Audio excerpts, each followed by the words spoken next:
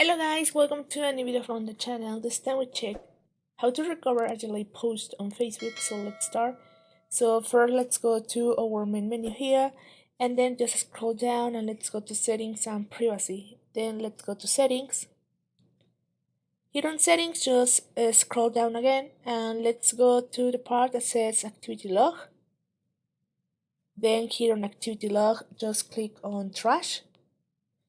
And here you will find all your posts that you have been deleted. Just click on the link before.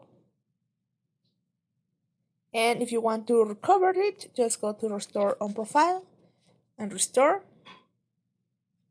Then just back. Then go to your profile. And you will see that here appears the post that just deleted. As you can see, it's very easy to recover it. So guys, I hope this works for you. Thank you for watching this video. Remember to subscribe and give a thumbs up to this video.